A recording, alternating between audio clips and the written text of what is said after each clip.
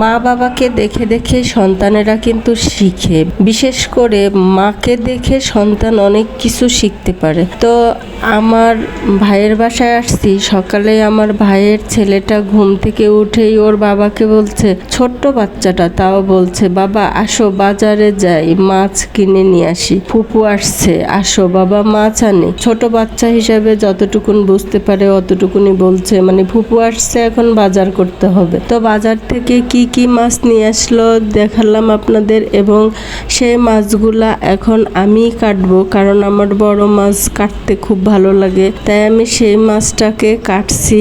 অনেকেই হয়তো ভাবছেন যে 2 দিন পরে পরেই আমি গ্রামে যাই, বাবার বাড়িতে যাই, মানে এটা আবার কেমন কথা। আসলে কথাটা হলো আমি প্রত্যেক মাসেই একবার করে যাই গ্রামের বাড়িতে, কারণ ওইখানে আমার বাসা ভাড়া দেওয়া আছে, দোকান ভাড়া দেওয়া আছে, সেইগুলো ভাড়াটা তুলতে হয়, সেজন্য আমাকে যেতে হয় প্রত্যেক মাসেই একবার। আর আমি যতবারই বাড়িতে যাই গ্রামের বাড়িতে, মানে আমার ভাইদের কাছে না গেলে তাদের হয় না, মানে ফোন দিতেই থাকে, মানে যতক্ষণ না যাব ততক্ষণ। তো সেই জন্য দেখা যায় যে হয়তো একদিন থাকি নিজের বাসায়, তারপরে চলে যাই ভাইদের বাড়িতে, কারণ ভাইদের ছেলে মেয়েরাও আবার খুব ফুফু ভক্ত, তো ওরাও খুবই করে যে ফুফু আসবে ফুফু আসবে, মানে এত ঘন ঘন যাওয়া হয় আল্লাহর রহমতে, তারপরেও আদর ভালোবাসা কোনো কিছুতেই কমতি নেই, সবকিছুই আল্লাহর রহমতে ঠিক আছে।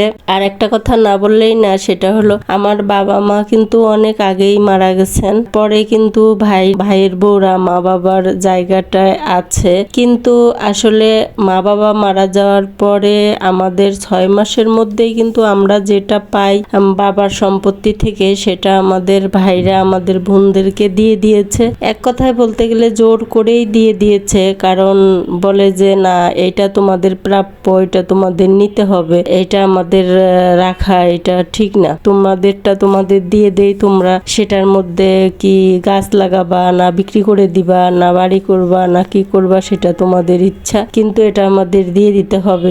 আর আমার বাবা মারা যাওয়ার আগে সুন্দর মতো দেখিয়ে দিয়ে গিয়েছিল যে আমাদের বোনদেরকে কিভাবে কি করবে দিবে, যদিও আমার বাবা মা অনেকটা বয়স হয়ে কিন্তু মারা যায়নি, অল্প বয়সে আল্লাহ তাআলা নিয়ে গেছেন, তারা স্টক করে করে দুইজনই 1 বছরের আগামাথায়, মানে 1 বছর পর পরই দুইজনই মারা গেছেন। তো আল্লাহর রহমতে তারপর থেকে আমরা ভাইদের বাসায় মানে যেভাবে আদর ভালোবাসা যত্ন ভাই বউ বা বাচ্চাদের কাছ থেকে পেয়ে থাকি, অনেকেই মনে করে হয়তোবা আমাদের সম্পত্তি আছে ভাইদের কাছে, এই জন্য হয়তোবা আমাদেরকে এরকম করে। আসলে এটা না, আমাদের যেটা পাওনা সেটা আমাদের সেই অনেক আগেই, অনেক বছর আগেই বুঝিয়ে দিয়ে দিয়েছে।